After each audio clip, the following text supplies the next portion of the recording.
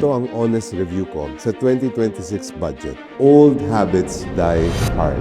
May mga magandang parte, pero marami ring red flags. Let me explain. Una, ang good points. Bukas na ang BICAM. May live stream na. May written report na. May konsultasyon din sa civil society groups. Ikalawa, edukasyon. 1.37 trillion pesos ang mapupunta sa education sector. But now, the bad news. Patronage o pamamadrino. Ito ang mga ayuda programs tulad ng MyFIP, AIX at Tupad. Lumobo ulit ang pondong ito. Ikalawa, insertion. Mga infrastructure project na siningit sa BICAM at posibleng pinanggagalingan ng kickbacks. Ikatlo, unprogrammed appropriations o UA. Dito dati itinago ang mga flood control project. Pwede itong gamitin taguan ng port. Final verdict, 2026 budget.